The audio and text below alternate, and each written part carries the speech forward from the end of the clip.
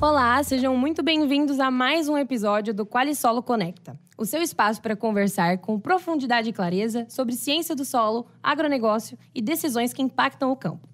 Eu sou Maria Clara Catucci e hoje vamos falar do tema o mercado de fertilizantes no Brasil e no mundo. E para essa conversa, a gente está recebendo aqui hoje o professor Dr. Carlos Sérgio Tiritã, que é diretor da Faculdade de Ciências Agrárias, coordenador do curso de Agronomia e sócio da Qualisolo. E também conosco está o Dr. Carlos Henrique, que também é professor universitário aqui da UnoOeste, nos cursos de Agronomia e Zootecnia da UnoOeste e CEO da Qualisolo. Então, eu quero agradecer primeiramente a presença de vocês, né, aqui hoje no nosso podcast. E é um prazer, né, tê-los aqui. E quero que vocês se apresentem, né? Se quiserem acrescentar alguma coisa, falar alguma coisa. Vai lá, professor Tiritã.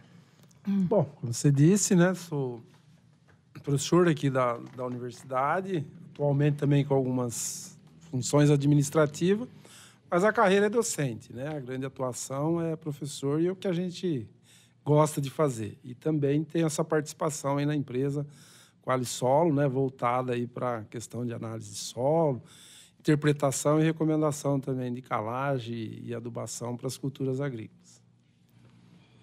Muito bem, ótimo. E o senhor? É isso aí. Obrigado pela apresentação.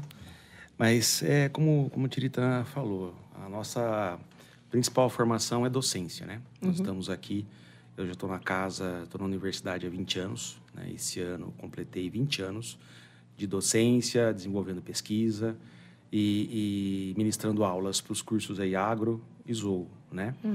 E há um tempo atrás, há 10 anos atrás, nós resolvemos aí enveredar pelo caminho do empreendedorismo, né? Então, nós percebemos que havia uma necessidade grande, né, de atuação dentro desse mercado de análise do solo e tudo mais, análise do solo e também de prestação de serviço e recomendação de adubação, calagem e tudo mais.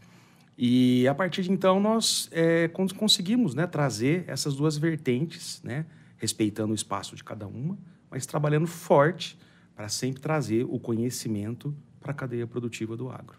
Esse é o nosso objetivo. E é o objetivo do Qualisolo Conecta, né? Trazer informações claras e objetivas, gerar discussão, né, gerar movimentação movimentação de ideias, para que a gente possa sempre trazer aí respostas para o mercado, para o setor. Muito legal, viu, gente?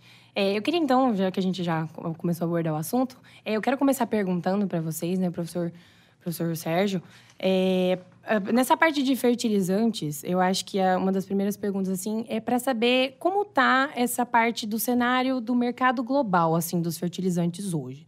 Como que o senhor vê essa parte dos movimentos, as tendências, como que está isso hoje no mundo?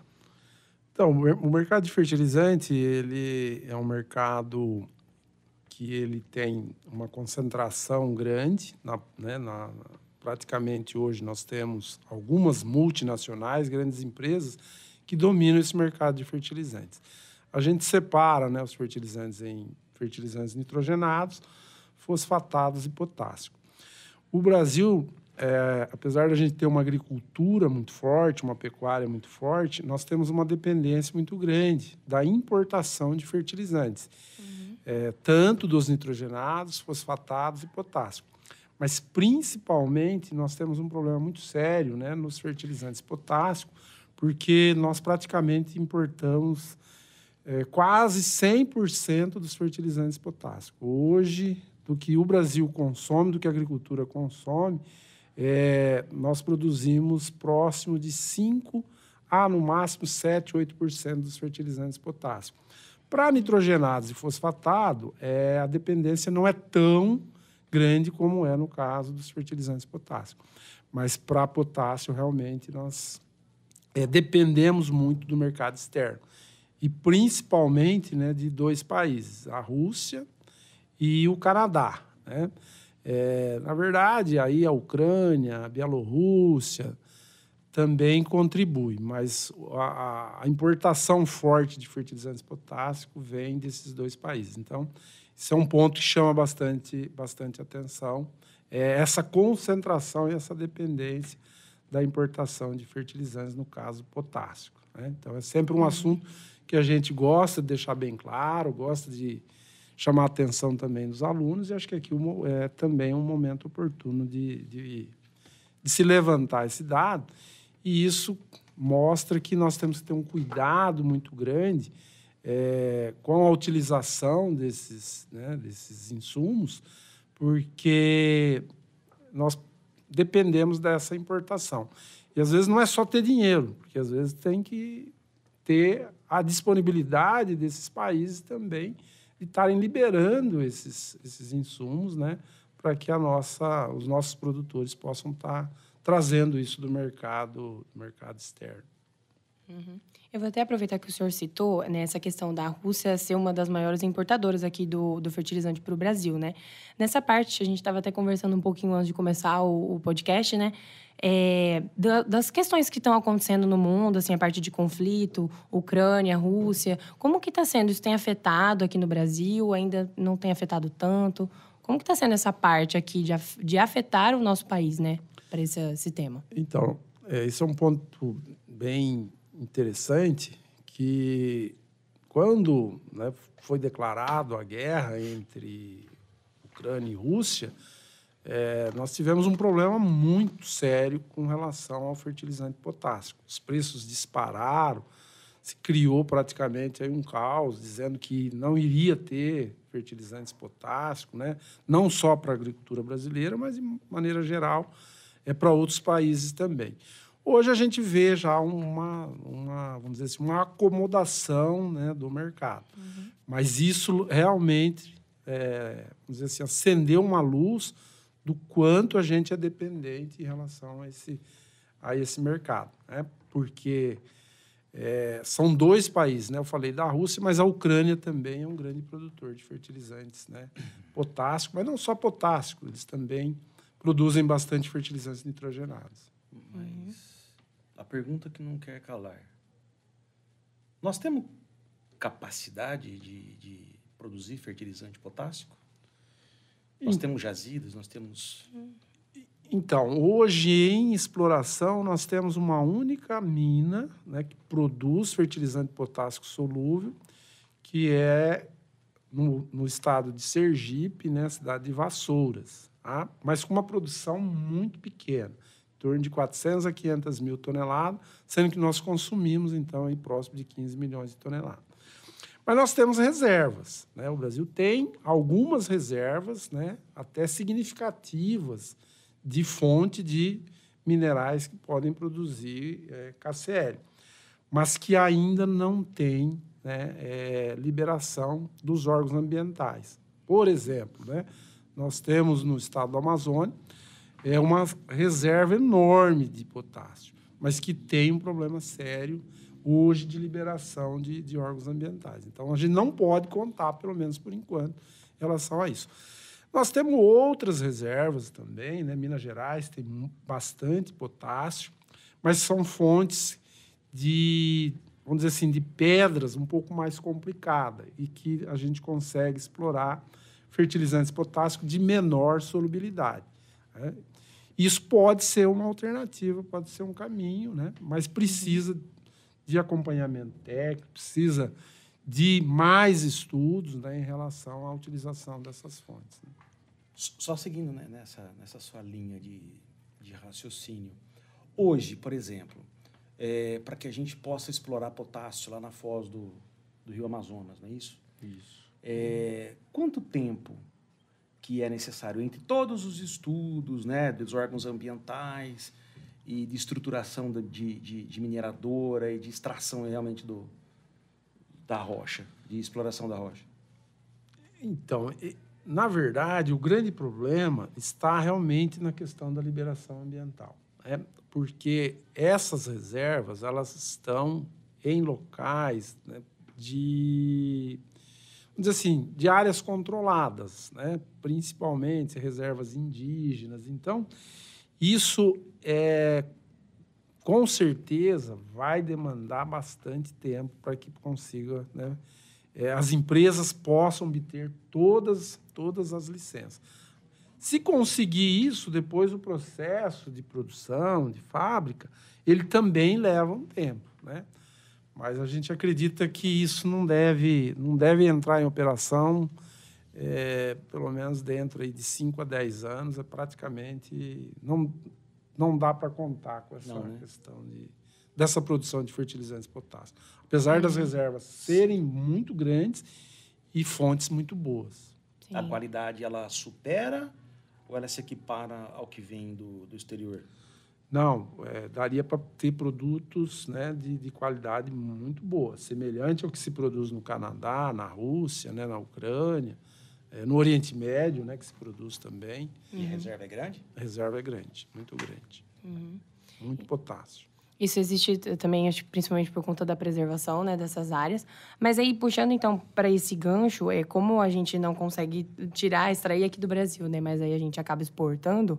Nessa parte da exportação, voltando para o assunto, né, de interferências, para os produtores, tanto o pequeno produtor, tanto o produtor, assim, maior, que exporta alimento para outros países, né, como que tudo isso, da parte de fertilizante e tal, afeta no preço de tudo, voltado, assim, para a mesa do brasileiro hoje, assim, tanto vindo do pequeno produtor, tanto do grande produtor, essa oscilação aí entre preço, às vezes, de fertilizante, ou algum material que não está sendo encontrado, está em baixa, está em alta, como que funciona também essa parte? Então, os fertilizantes, inclusive, estava dando aula agora, fazendo algumas contas para os meninos, né? O fertilizante, ele tem um impacto muito grande nos alimentos. Tá? Claro que aí depende muito das culturas, mas, de maneira geral, a gente pode dizer aí que o fertilizante impacta próximo, de maneira geral, aí, próximo de 40% do custo da produção de alimentos. Então, é um custo bastante elevado. Tem culturas que podem ser superior a isso. Tem culturas que têm valor agregado maior, que aí o custo dilui um pouco.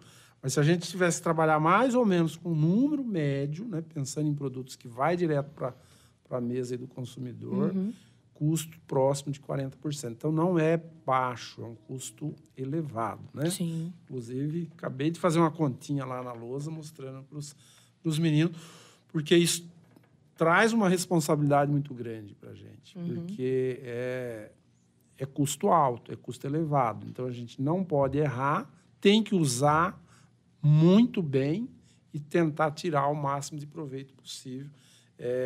Ou seja, aproveitar esses fertilizantes da melhor forma possível para ter menos impacto no custo de produção, além de todos os efeitos, né, que a gente sabe que tem que tomar cuidado, que são produtos que têm efeito ambiental, né, e que tem que ser bem utilizado, né, bem recomendado. Por isso que deve sempre estar acompanhado de um profissional, a recomendação. Né?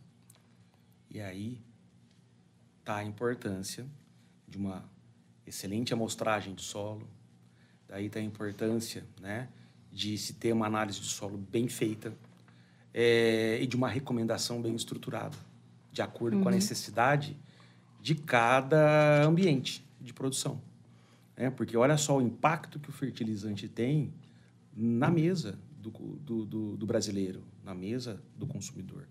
Então, a gente tem que usar de uma forma muito equacionada os fertilizantes dentro da propriedade, fazendo recomendações, né, assertivas, onde você tenha aquela quantidade, onde você faça uma aplicação justa, né, com o máximo de retorno possível, certo? Sem os famosos chutes, né, sem utilizar o empirismo, né, de se colocar, de se fazer adubações ou correção de solo com base em ouvir falar, o meu vizinho faz isso também, é o mesmo vizinho de cerca, né? E ele usa 1 tonelada, eu vou usar também, porque é o mesmo tipo de solo, eu também planto a mesma cultura, não é? Então, a gente tem que tomar esses cuidados. Por quê? Porque, lembrando, nós temos que investir na propriedade. Investir em técnicas, investir em manejo. E olha só, que informação preciosa, né? Olha o impacto que isso tem nas nossas vidas como sociedade. Então, temos que usar direitinho. Até falando nessa parte, né, que você falou de técnicas, existe alguma tecnologia também aqui que o Brasil chega a ter alguma coisa para a gente poder Se acontecer alguma coisa de ter um impacto, né, para poder amenizar, às vezes, alguma produção que acaba perdendo alguma coisa, ou como que funciona também essa parte aqui? Então, como eu disse, em termos de fertilizante, é um problema bem sério, tá? Porque realmente nós hoje não temos como substituir isso de forma, De maneira nenhuma. Vamos dizer assim, generalizada para atender essa demanda. Até pelo nível de intensidade que nós temos nas culturas agrícolas, hoje a gente não tem. Claro, a gente pode tomar algumas medidas mediadoras, mas substituir hoje, não. Hoje a gente realmente não teria.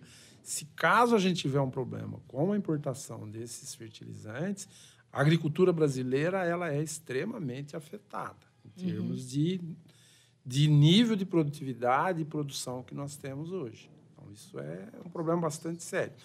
Claro que a gente pode estar trabalhando com novas técnicas, né, com aproveitamento de resíduos, aproveitamento de fontes alternativas, mas, assim, se caso realmente falar não tem como trazer esses fertilizantes, o impacto na agricultura brasileira ele é terrível. Aí, então, nessa parte, a gente estava até comentando um pouquinho antes de começar, né? Voltando para uma parte de fertilizante natural, que a gente chama de cultura de cobertura, né? Plantas de cobertura. As plantas de cobertura.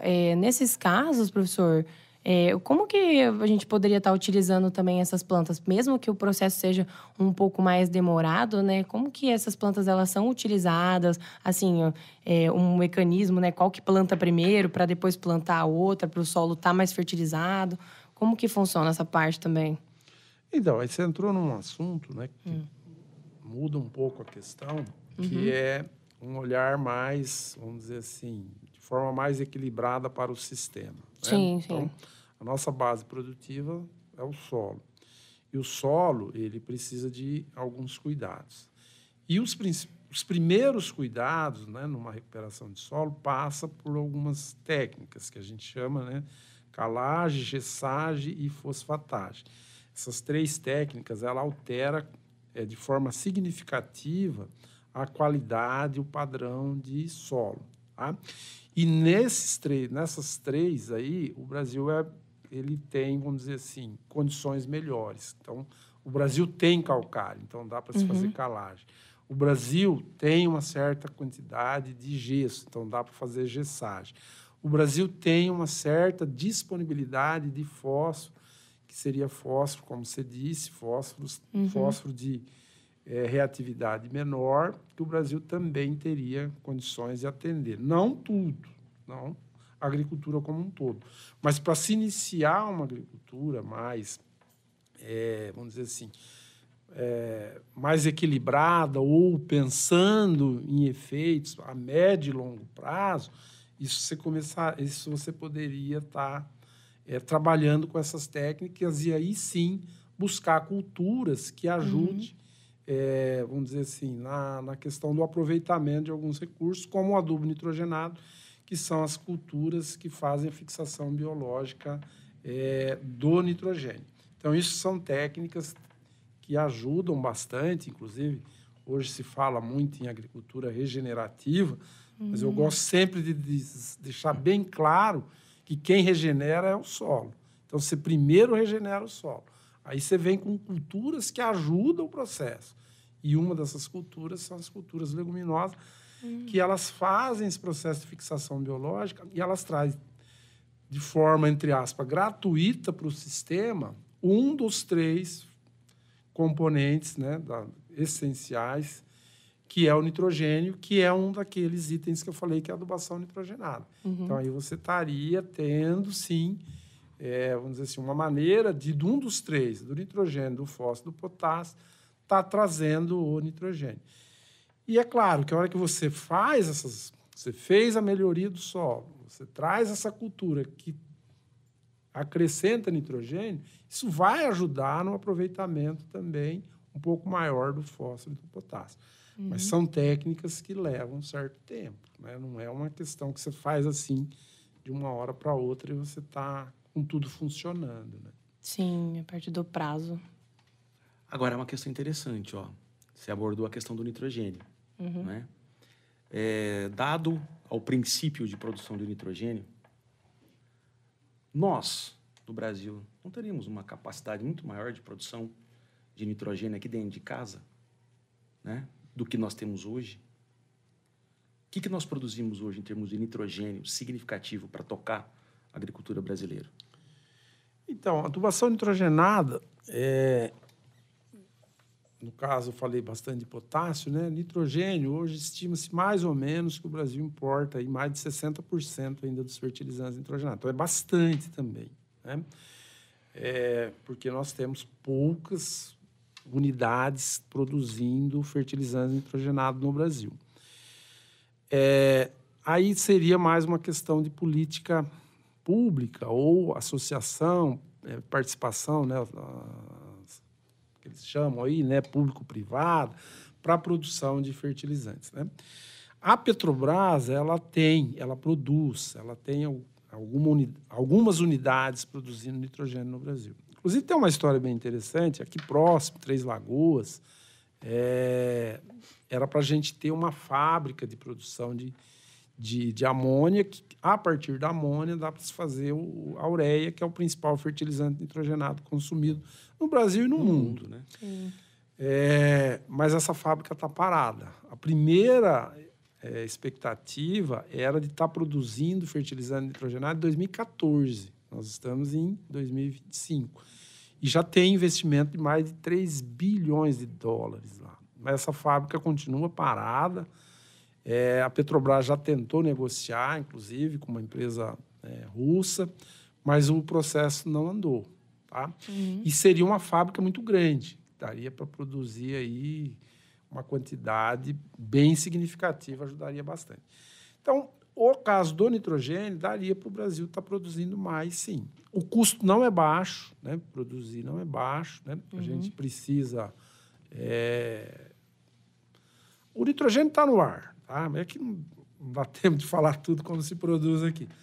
Mas a gente precisa de uma fonte de hidrogênio. Fonte de hidrogênio é mais barata, é gás natural. Por que a Rússia e a Ucrânia produzem bastante? Porque lá eles batem a picareta, tem gás natural saindo para todo lado. O Brasil não, né? Então a gente precisaria buscar alguma fonte de gás natural ou usar resíduo de petróleo, ou fazer hidrólise da água. Hidrólise da água é caro. Sim. Então, a fonte mais barata para se colocar o hidrogênio junto com o nitrogênio seria o gás natural. Mas ali, em Três Lagoas, passa um gasoduto que traz, né, gás natural da Bolívia. Então, é por isso que a fábrica foi projetada ali. Sim. E só para eu entender, então, mas essa fábrica, hoje ela não atua por quê? Assim, qual que é o motivo mais específico assim, para ela não estar atuando? Esse processo é um processo, né, pesado, envolve umas reações, uns reatores, né? E falta a fase final, né, de você conseguir sintetizar a molécula da amônia, que é o NH3, que é um gás volátil, tal, que é base para se depois produzir a ureia. E falta pouca coisa, mas não consegue produzir ainda. Então, ela está parada. A fábrica do Paraná e de Sergipe, não... Como é que está a situação delas? Não, elas estão produzindo, a Araucária, né, voltou a produzir. Então, no Paraná está produzindo, né? Produz hoje fertilizante nitrogenado no Paraná, produz, acho que em Recife, né, lá no polo petroquímico. Sim. Produz alguma coisa também, acho que em Paulínia produz alguma coisa, né? Não vou lembrar todas, mas basicamente quem produz nitrogenado hoje é a Petrobras. Nessa parte, a gente comentou, né, que o Brasil, mesmo tendo recurso ainda, por conta de alguns fatores, não pode ceder totalmente, né, agora, assim, de imediato. Mas, no caso, talvez o Brasil, assim, ele não teria, então, uma capacidade de realmente se manter sozinho, né? Talvez seria isso. Até pelo fato do que o senhor comentou da Rússia, de ter essa parte do gás, que aqui já é mais reduzido. Talvez o ideal seria essa junção, assim, de colaboração entre os países, né? O que é o que a gente estava falando também, que qualquer coisa pode afetar, né, nessa colaboração. Seja um conflito, alguma coisa que está acontecendo lá, que interfere aqui. Aí são é um ponto muito delicado. Uhum. Aí são as relações internacionais, né? Sim. O Brasil é um país que tem nossos problemas políticos, que não é o caso aqui, né, de se entrar em... Mas, em termos de relações internacionais, o Brasil ele tem relações boas com praticamente todos os países. Então, a gente vê que vai conseguir, né, continuar importando esses produtos, né? O que chama atenção é a questão de custo, porque, né, dependendo da situação, isso vai ter variação de preço. E isso, sim, vai impactar a vida dos nossos agricultores. Agora, existe um plano nacional pensando em produção de fertilizantes, mas ele anda de forma bem lentamente. Mas existe, envolve, né, o Ministério da Agricultura, envolve a Embrapa, né, envolve algumas empresas, tudo pensando em se estruturar melhor essa questão da produção de fertilizantes no Brasil. Quem lidera isso é o pessoal da Embrapa. Entendi. Perfeito. Acho que a gente está caminhando aí para o final, né? Eu queria saber se vocês têm alguma coisa assim para acrescentar, que vocês também acham importante de ser citado aqui hoje, né? E que às vezes a gente acabou não abordando pela falta da... Uma coisa interessante, né, desse aspecto que o Tiritã comentou sobre fertilizante nitrogenado, é que a gente não importa, né, mais fertilizante nitrogenado, né, por um motivo bastante interessante. Né? Se a gente pensar, o Brasil é o maior produtor de soja do mundo. Né? E se a gente parar para pensar como que a soja obtém esse nitrogênio, nós vamos ver que ela obtém 85% do nitrogênio que a soja utiliza para o seu sistema metabólico, advém da fixação biológica de nitrogênio, que é uma fixação que ele comentou no início, né? Essa fixação biológica, como o próprio nome diz, existem bactérias ali presentes no sistema que fazem a captura, né? Que tiram esse nitrogênio do ar, né? E transformam esse nitrogênio numa molécula perfeitamente assimilável pela planta.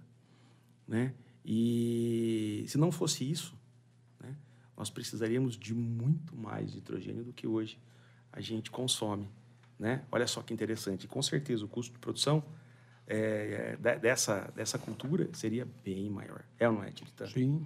Então, a natureza foi muito condescendente, né, com a gente. Então, nós somos privilegiados, né, porque a gente tem um solo, um clima, uma cultura, né, que permite esse sistema biológico de funcionar. E por isso que a gente tem que tomar cuidado com o nosso solo, com a qualidade dos nossos solos. Por quê? Porque a biota, a microbiologia, ela faz parte, ela é atuante, ela é intrínseca ao sistema, não ajudando só, né, na assimilação de nitrogênio, mas de outros elementos também. Acho que você até pode... Não, isso aí é um dado muito, muito relevante. O Brasil, ano passado, esse ano ainda não terminou, nós consumimos em torno de 50 milhões de toneladas de fertilizantes. Nós começamos a conversa falando em NPK, mais ou menos uma distribuição de 1/3. Então, em torno de 15, 16 milhões para nitrogênio, fósforo e potássio.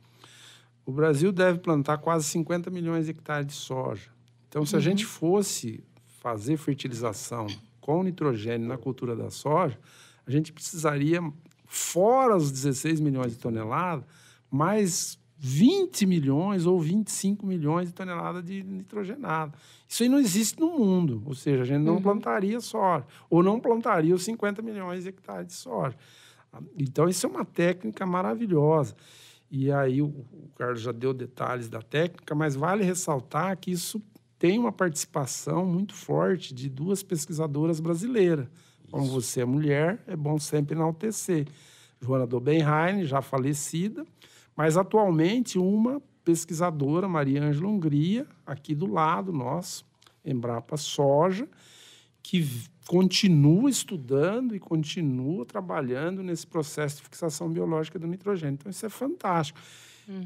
E para dar mais um detalhe dessa pesquisa tão forte, relevante, em 2025, esse ano, a imprensa grande não divulgou, mas ela ganhou o prêmio que é equivalente a um Nobel da Agricultura por esses trabalhos.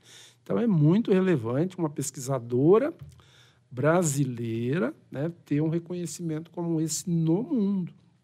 Então, isso é um fato que precisa ser ressaltado. Tem que ser ressaltado e a gente não pode deixar passar em branco.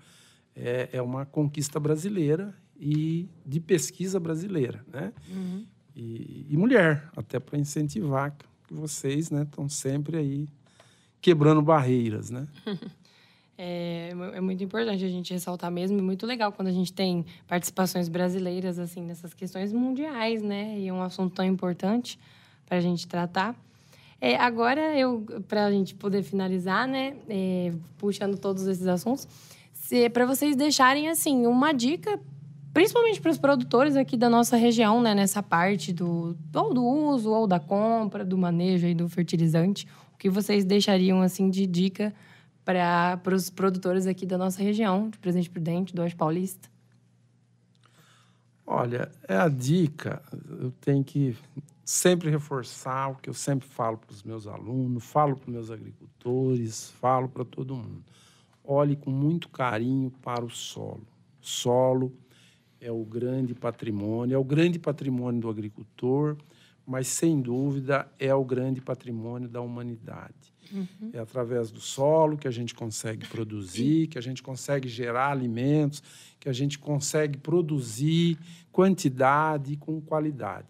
Mas, para que a gente possa produzir, ter produtividade agrícola, de alimentos, nós precisamos ter um solo equilibrado, nós precisamos ter um solo fértil, nós precisamos ter um solo que receba muito, muito carinho, muito cuidado. E isso começa com o conhecimento do solo. E começa exatamente com uma análise de solo. Então, fica essa dica, um olhar realmente muito especial para o nosso solo. Não só do Oeste Paulista, mas do Brasil e do mundo. Importante olhar com carinho. Mas é isso mesmo. É muito bem pautado isso, né? O solo é a base do nosso sistema de produção agropecuária, né? A gente sempre fala isso para os nossos alunos, para os produtores. Então, a gente tem que cuidar muito bem do sistema. É o sistema que abriga os nutrientes, né? É o sistema que retém nutrientes, é o sistema que disponibiliza os nutrientes para a planta. Então, a gente tem que tomar muito cuidado, analisar corretamente, amostrar o solo corretamente, né? A amostra do solo, ela precisa representar, a coleta precisa representar muito bem a área, né? A análise precisa ser muito bem feita e a interpretação, não só a análise, mas a interpretação precisa ser coerente, né? Para que a gente possa usar o fertilizante certo, na dose certa, na hora certa, no local certo, certo? Então, a gente precisa saber dispor desse fertilizante dentro do sistema, né? E nós temos muitas particularidades. A gente está falando do fertilizante nitrogenado. Esse fertilizante nitrogenado no sistema, ele se transforma, né? O nitrogênio pode ser perdido por volatilização. Esse nitrogênio ele pode ser carreado com a água, ele pode ser lixiviado, ele pode descer junto com a água, né? Para sistemas para camadas do solo mais profundas.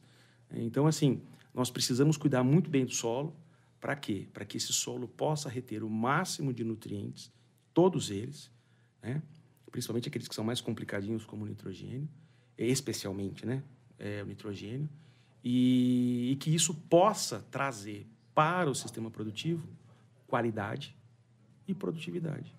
A gente precisa manejar o solo hoje, não pensando no hoje, mas pensando no amanhã. Longevidade, sustentabilidade. Tá? É isso que vai nos dar produção de alimento no tempo. Tá?